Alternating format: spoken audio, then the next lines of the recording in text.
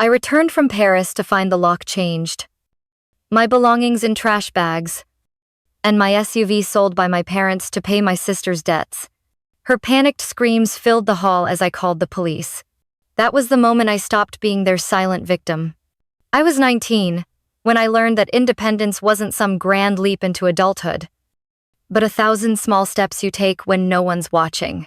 My name is Marianne, and at the time, I was juggling full-time classes and a part-time job at a little used bookstore on the corner of Maple and Fifth.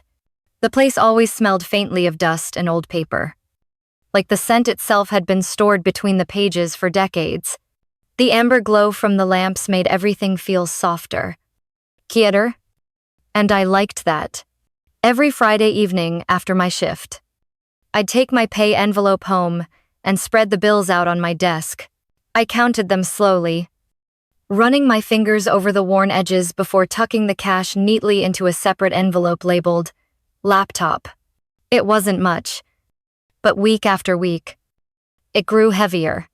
That laptop was my goal, my ticket to keeping up with my coursework without spending hours in the crowded campus lab.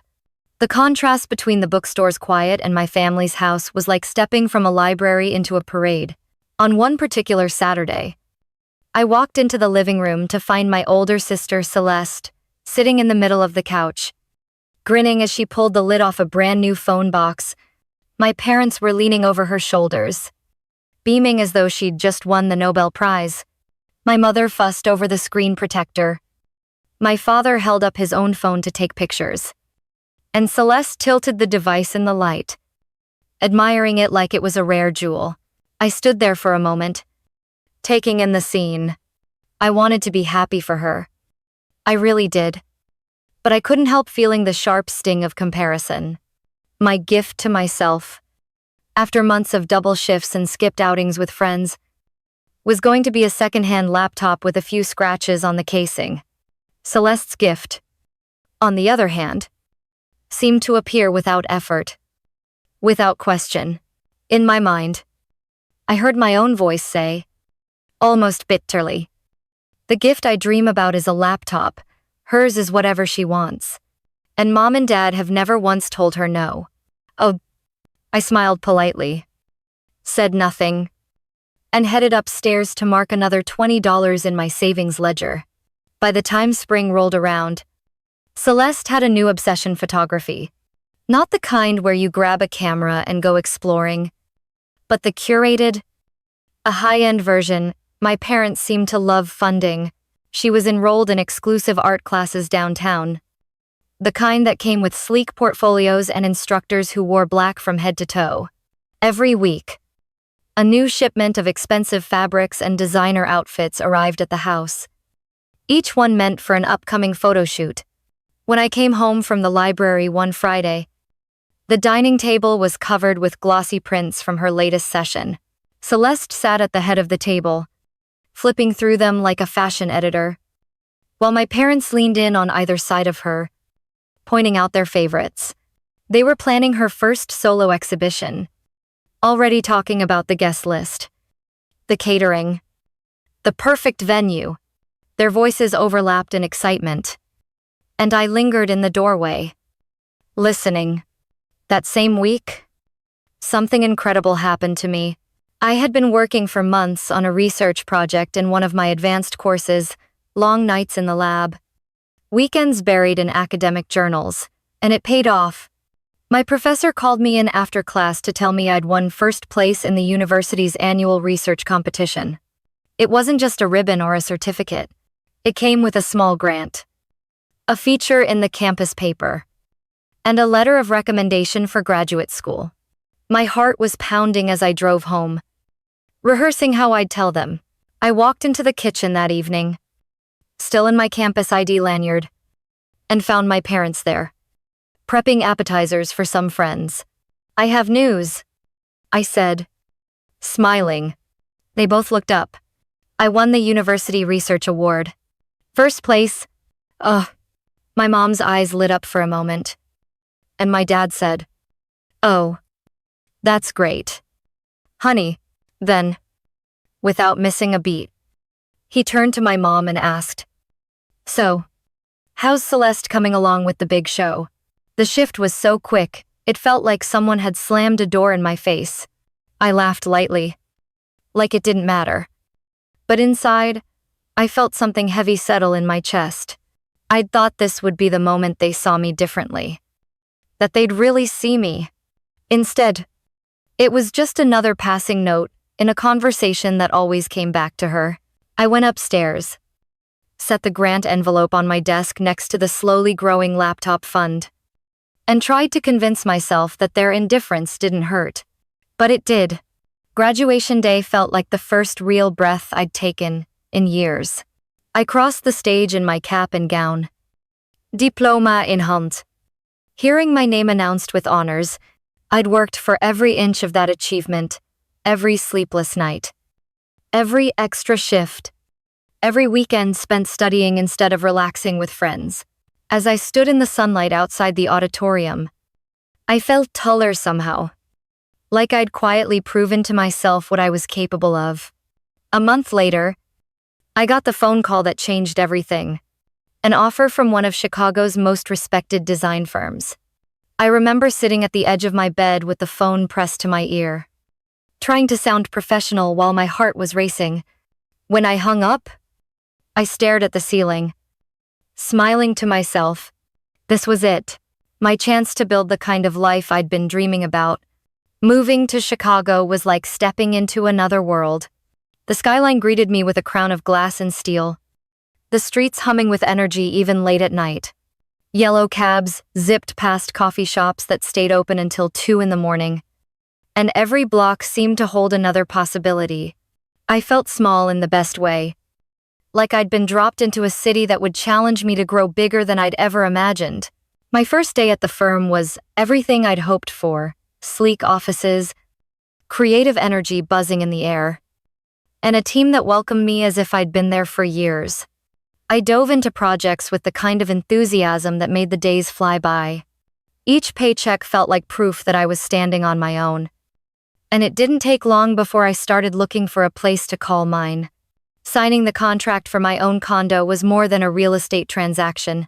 It was the tangible result of every sacrifice I'd made. I remember holding the pen for a second, just breathing, before my signature hit the paper. When I walked into the empty space for the first time, sunlight pouring through the floor to ceiling windows, I imagined my life unfolding there: quiet mornings with coffee, long evenings working on designs, maybe even hosting friends. Not long after, I made another dream real. I bought my SUV, the exact model and color I'd always wanted, complete with the smell of new leather and that satisfying weight of the key fob in my palm. Sliding into the driver's seat felt like stepping into a version of myself I'd been chasing for years. There were moments when I'd catch myself grinning on the drive home from work. Music turned up, the city lights reflecting off the hood. I wasn't just surviving anymore. I was building something brick by brick, mile by mile, and for the first time in my life, I felt like I was exactly where I was meant to be. Some nights, after the noise of the city settled into that low hum that only comes after midnight, I'd sit by the window of my condo with a cup of tea cooling in my hands. The street below would be scattered with pools of warm yellow light from the lamps, and I'd watch the occasional couple walking by, their laughter rising up faintly to my floor. From this high up, the world felt distant, beautiful, but unreachable. My phone would be resting on the table beside me, screen dark, waiting for something I didn't want to admit I still hoped for. Just a short message, a few words. "We're proud of you." It was such a small thing, and yet I knew it would mean more to me than any paycheck or promotion. One evening, the notification tone broke the silence. My heart actually lifted for a second as I reached for it. But the message wasn't about me. It read, "Celeste is getting ready for her next photo shoot. We think it's going to be her best one yet." I set the phone back down without replying. The tea was cold now, but I didn't bother reheating it. Instead, I just stared at the window, at the way the streetlights blurred slightly against the glass. That was the moment I felt something heavy settle inside me, not anger. Not exactly sadness, but a deep understanding, their admiration, their attention, their pride. It had never truly been mine to have. It was a strange kind of grief. Realizing that, like losing something I'd never actually owned but had spent my whole life chasing, I stayed there for a long time, letting the city lights keep me company, because at least they didn't ask me to be someone else in order to shine on me. Over the next weeks, the distance between us grew without me ever saying a word. I still called. I still visited on holidays, but the calls felt like polite check-ins rather than conversations. And the visits were more about keeping up appearances than closeness. I began to notice how my voice sounded different when I spoke to them, measured, careful, almost rehearsed. It wasn't that I stopped loving them. I just stopped expecting anything from them. That quiet decision, though, I didn't come without a price. Even surrounded by the success I'd worked for, the apartment started to feel a little too big. The silence a little too sharp. I could fill my shelves with books, my fridge with good wine, my weekends with museum visits and new restaurants, but there was still an empty space inside me that nothing seemed to reach. Sometimes I'd wonder if maybe I was overreacting, if maybe every family had its blind spots. But deep down, I knew it wasn't just oversight, it was a pattern, and patterns don't change simply because you wish they would. One night, as I locked the balcony door before bed, I caught my own reflection in the glass. I looked steady, composed, even content, but I could see in my own eyes that small flicker of longing, and I knew it wouldn't be the last time I'd sit here waiting for a message that would never come. It became a kind of quiet game I played with myself. How long would it take for the conversation to turn towards Celeste? Sometimes I'd call my parents with genuine excitement, ready to share something good. A promotion at work after months of late nights. The new leather armchair I'd finally splurged on for my reading nook. The little rooftop garden I'd managed to coax into blooming, and without fail, before I could even finish describing whatever joy I had, one of them would say, "Oh, that's nice. Did we tell you about Celeste's latest project?" The details varied: an upcoming exhibition, a new award, a glossy magazine spread, but the shift in their tone was always the same. Their voices would lift, their words would tumble over each other, and I'd feel my own smile tightening just enough to hide the sting. It wasn't that I begrudged her accomplishments, I just wished, for once, that mine could stand in the light without being eclipsed. Eventually, I stopped making such calls unless I had to. When something good happened, I learned to keep it to myself, letting the joy be mine alone. It was better that way. No sharp drop from pride to disappointment. No hollow "that's wonderful, honey," followed by a half-hour monologue about my sister's career. One weekend, I drove back home for a short visit. It had been months since I'd been there. And as I walked through the familiar hallway, I noticed the subtle changes: new photos on the walls, new furniture in the living room. My mother asked me to help bring something upstairs, and as I passed by Celeste's old room, I stopped in the doorway. The walls were covered in framed photographs from her latest gallery show. Awards lined the shelves. Even the bedding looked new, fresh, curated. A few steps down the hall was my room, the one I'd slept in through high school. The door creaked when I pushed it open, and the air smelled faintly of dust. Everything was exactly as I'd left it years ago. The same faded posters, the same desk with a chipped corner, in the same high school yearbook stacked on the nightstand. Nothing had been updated, not even the peeling paint on the windowsill. It wasn't the lack of renovation that hurt. It was the unspoken message behind it. My room was a relic of the past, untouched, because in their eyes, my life outside these walls didn't need celebrating in the same way hers did. I stood there for a moment, my hand resting on the doorframe, taking it in. That night, lying on the same old bed with its slightly lumpy mattress. I stared at the ceiling and thought about how many years I'd spent waiting for them to notice me in the same way they noticed her. And somewhere in that quiet, I decided I was done waiting. I whispered it to myself like a promise. I only need me. It wasn't a defiant roar. Not yet. More like the first small flame of resolve. But it was there. Steady and warm. And for the first time in a long time, I believed it might be enough. It was late on a Thursday when my phone rang.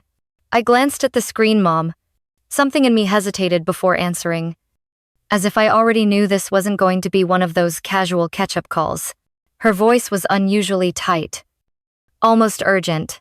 Honey, your sister's, well, she's had a rough time. She and Eric called off the engagement. She's moving back in with us for a while. How is action? I let her words settle, unsure why she was telling me this as though I needed to prepare for something. Then, she cleared her throat and added, the thing is, she's carrying some financial burdens. Credit cards. Personal loans. It's gotten complicated. How is action? I stayed quiet, letting her fill the silence. She did. Quickly. Your father and I were thinking, maybe you could come home for a bit. Help her pay some of it off. Just until she gets back on her feet. Oh, it was a request dressed up as a suggestion, but the weight behind it was unmistakable. I could almost hear my father in the background. The faint murmur of agreement. Like a chorus echoing a script they'd recited my whole life. Celeste first. Always Celeste first. In the past, I might have tried to reason with them. Or worse, convince myself they were right. Maybe it was my duty as the strong one, the responsible one, to bail her out. But something had shifted in me over the last few years. I'd built a life on my own terms, my own apartment, my own career, my own hard-won independence. And I was not going to set it all aside to clean up a mess I didn't make. No, I said. Just that. One syllable. Steady, but heavy. There was a beat of stunned silence on the other end. Like they were waiting for me to laugh and say I was joking. I didn't. Honey, you don't understand, my mother began. I do understand. I cut in, my voice sharper than I'd intended. I understand that every time Celeste stumbles, you expect me to sacrifice something I've worked for. I understand that you've never once asked her to stand on her own. And I understand that I'm done playing that role. And two, the room felt still, as if the air itself had frozen. My hand was trembling, but I kept my tone even. You're her parents, I said quietly. This is between you and her, not me. And two, before they could respond, I pressed the red button and ended the call. The sound of the disconnect was abrupt, almost jarring in the quiet of my apartment. I set the phone down on the table, noticing how my fingers shook as they left it there. I stood at the window, looking out at the city lights below. My reflection in the glass looked calm, almost serene. But my chest was pounding. Saying no had been terrifying and exhilarating all at once. Like stepping off a ledge and finding, to my surprise, that I didn't fall. For the first time in years, I felt the smallest surge of power, like I had drawn a line in the sand and refused to let anyone push me past it. My hands were still unsteady, but my eyes were steady, and I knew, deep down, this was just the beginning. 2 weeks after that tense phone call, life handed me something extraordinary. At our Monday staff meeting, my boss made an announcement that left me momentarily stunned. I'd been awarded the company's International Leadership Grant, 2 months of training in Paris. All expenses paid. My coworkers clapped. And someone joked about bringing back macarons. I smiled. Thanked them. But inside I was glowing. This wasn't just a trip. It was recognition. Proof that my hard work was seen and valued. That evening, I called my parents. I wasn't expecting fanfare, but I thought maybe, just maybe, they'd sound proud. Paris? My mother repeated, her voice stretching the word as if testing how it felt. Yes, I said, already picturing cafe terraces and early morning walks along the Seine. It's a huge opportunity. Only one person in the entire company gets chosen each year. There was a pause before my father's voice came through. Flat and almost casual. That's wonderful. Honey, but you know, Celeste has been struggling. Ever since she moved back, she hasn't found her footing. The warning bells went off in my head before he even said it. Your mother and I were thinking maybe she could take your place. She's an artist. Paris might be exactly what she needs to regain her creative spirit.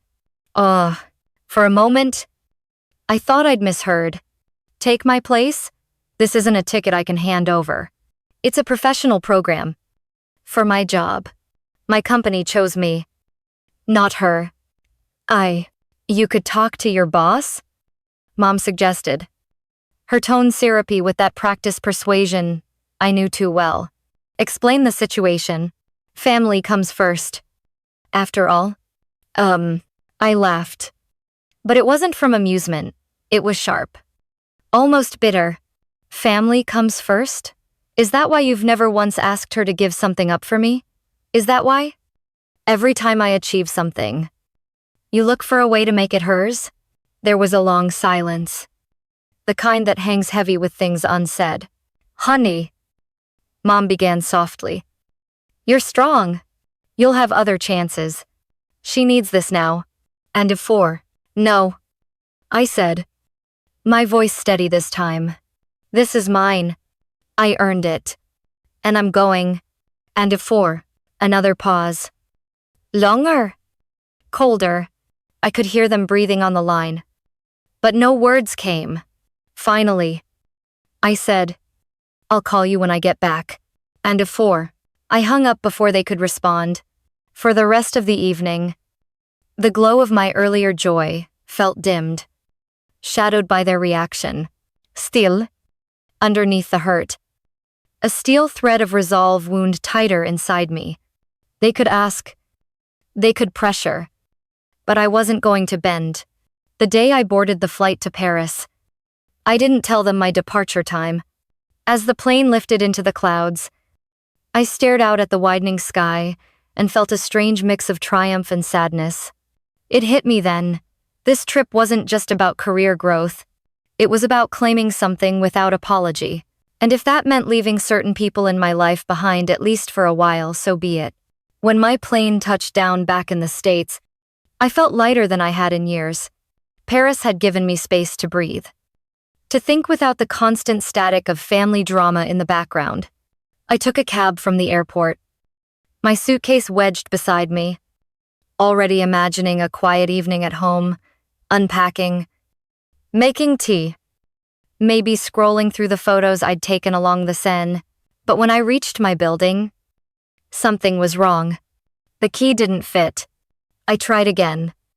Harder this time. My fingers tightening around the metal. No click. No give.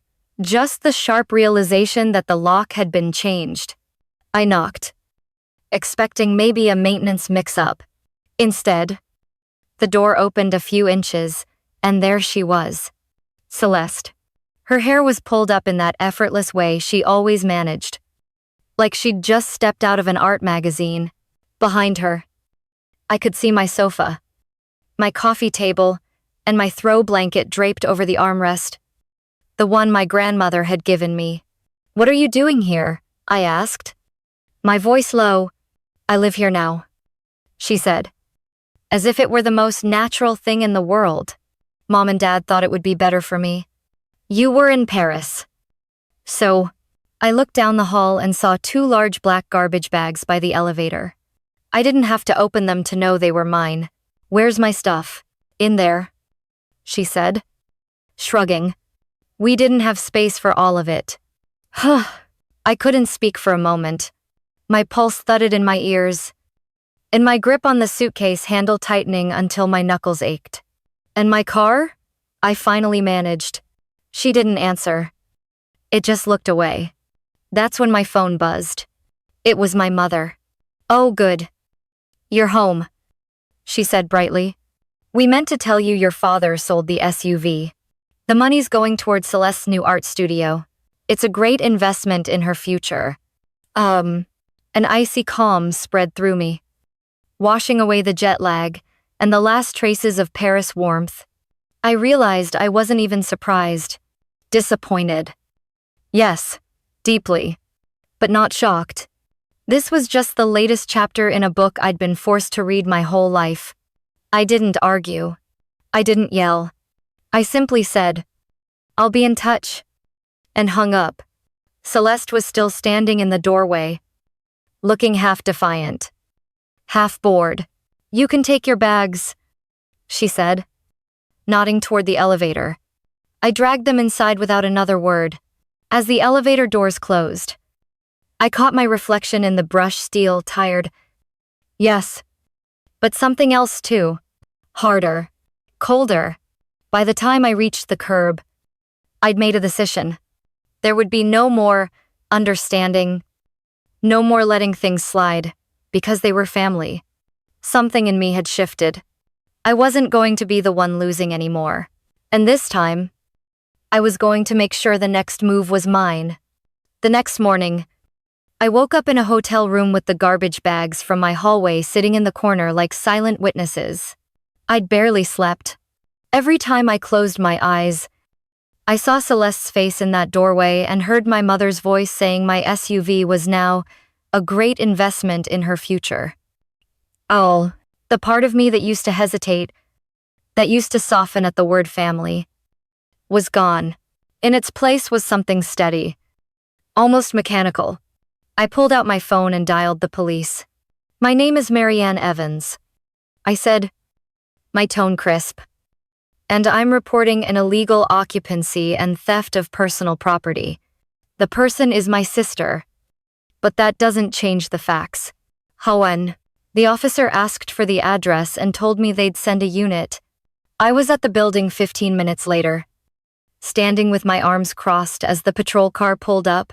Celeste must have seen them from the window because by the time we reached the door, she'd called our parents. All three of them were inside. My father tried to step forward, his hands open like he was going to usher me into a warm family meeting. "Marianne, wait." "No." I cut him off. "This isn't a conversation. You are in my apartment without my consent. You've disposed of my belongings. And you've sold my vehicle. The police are here to document it." My mother's voice cracked into that pleading tone she'd used my whole life. "Sweetheart, don't make this ugly. We can work it out." It's already ugly," I said, meeting her eyes. "And we're past working it out." The officers took notes, spoke to each of us separately. I handed them my lease, photos of the apartment from before Paris, and the vehicle title. It felt surreal, like watching someone else finally take my side after years of invisible battles. When the officers suggested this was a civil matter, I already had my next step lined up. I'd called a lawyer on my way to the building, and he'd agreed to meet that afternoon. His office was cool and quiet, the walls lined with books that smelled faintly of leather and dust. I laid everything out: the years of financial exploitation, the lock change, the sold SUV, the garbage bags.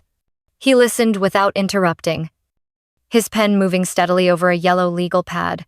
"This is not just about possession," he said when I finished. "It's about damages. Emotional, financial, and legal. We'll file for unlawful detainer, conversion of property, and theft. And, for the first time in months, maybe years, I felt my shoulders loosen. Not because I trusted the outcome yet, but because I was finally acting. I wasn't waiting for them to decide what happened to me. That evening, I went back to the hotel, opened my laptop, and scanned the initial documents he'd sent for my signature. Each line was like a small anchor in reality, proof that I wasn't imagining the injustice.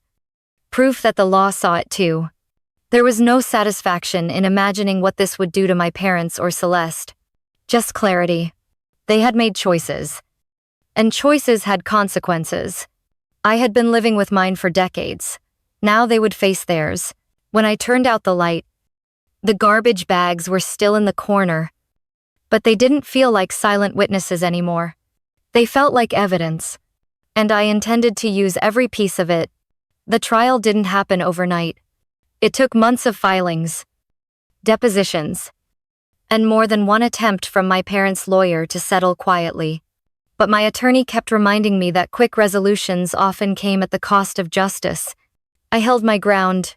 The morning of the final hearing, I sat outside the courtroom, hands clasped in my lap.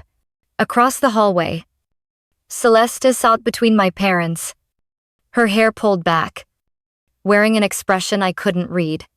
My mother avoided my eyes entirely. My father gave me a look. I recognized a mixture of disappointment and disbelief that I was still going through with this. When the bailiff called our case, my heartbeat slowed instead of speeding up. The moment I'd dreaded for so long had turned into the moment I felt the most steady. The proceedings were straightforward. My lawyer laid out the evidence, the changed locks, the photos of my possessions in garbage bags, the bill of sale for my SUV signed by my father, the bank statements showing deposits into Celeste's new studio account. Every detail was backed by documentation. Not just memory. Their lawyer tried to spin it as a family misunderstanding and an attempt to support a struggling sibling. But the judge didn't buy it. He asked my parents directly if they had my permission to sell the vehicle or enter my apartment. They admitted they didn't. He asked if they'd offered to repay me before the lawsuit. They had not. When the ruling came, it was short and firm. I was awarded full damages for the value of the apartment use, the SUV, and emotional distress. My parents were ordered to sell their home to meet the judgment. The sound in the courtroom was so still you could hear the judge's gavel, like a final door closing. Celeste stared at the table. My mother dabbed at her eyes with a tissue. And my father looked at me as if I'd committed an unthinkable betrayal. But I didn't feel victorious in the way I'd once imagined. As I stepped out of the courthouse, the air felt different, lighter somehow. The sky was a pale blue. The kind you almost miss because it isn't dramatic. A breeze lifted my hair. And I took a slow breath that felt like it reached all the way to my toes. There was no rush of triumph. No swelling music in my head. Just quiet. The kind of quiet that comes when a burden you've carried for so long suddenly isn't there anymore. I walked down the courthouse steps, my heels clicking against the stone. People were passing by, talking on phones, carrying coffee cups, living their own stories. No one knew mine. No one needed to. It struck me that this moment wasn't about punishing them. It was about reclaiming the parts of myself I'd been handing over piece by piece since childhood. My time, my boundaries, my sense of worth, they were mine again. At the bottom of the steps, I paused and looked up at the sun breaking through a thin layer of clouds. It wasn't a grand ending. It was a beginning I could actually trust. I turned toward the street, feeling the warmth on my face, and walked away without looking back. A year later, the road stretched out ahead of me in the kind of golden light you only get in early spring. My hands rested easily on the steering wheel of my new SUV. In the hum of the engine, a steady reminder that I'd bought it myself, with no strings attached. The windows were down just enough to let the fresh air in, carrying the faint scent of blooming lilacs from somewhere nearby. The sunlight spilled across my dashboard and caught my face in the rearview mirror. I almost didn't recognize the expression looking back at me, not because I'd changed so much on the outside, but because the woman in the reflection wasn't weighed down anymore. I smiled. Slow and genuine. It wasn't the kind of smile you put on for other people's comfort. It was the kind that rises when you realize you don't need their approval to feel whole. For so many years, I'd measured my worth by how well I could keep the peace, by how much I could sacrifice without complaint. I thought love meant enduring. I thought family meant accepting whatever treatment came my way. But the months after the trial had been different. There were still moments of grief. Of course there were. Letting go of a lifelong pattern is never as simple as walking out of a courthouse. There were mornings I'd wake up and wonder if I'd been too harsh. If I should have just taken the loss and moved on. But then I'd remember the locked doors. The bags of my life dumped like trash. The look in their eyes when they thought my things and my boundaries were theirs to take. Healing wasn't dramatic. It was quiet and practical. I learned how to cook just for myself without feeling lonely. I repainted the walls in my apartment, replacing every shadow of the past with colors I loved. I started saying no, without apologizing. To friends, to colleagues, even to myself when I felt the urge to overextend. And somewhere in the middle of that ordinary work, I began to trust myself again. That was the real victory, not the judgment in court. Not the check that cleared in my bank account, but the ability to hear my own voice and believe it. I glanced again at the rearview mirror as the sunlight shifted. The road behind me was just that the past. No matter how long I looked, it wouldn't change. But the road ahead was wide open. I used to think I needed their approval. I said softly to no one but myself. Now I know I just need my own. The breeze carried the words away. But the truth of them stayed. I turned up the radio, let the music fill the car, and pressed my foot gently to the gas. The SUV picked up speed. And with it, so did I.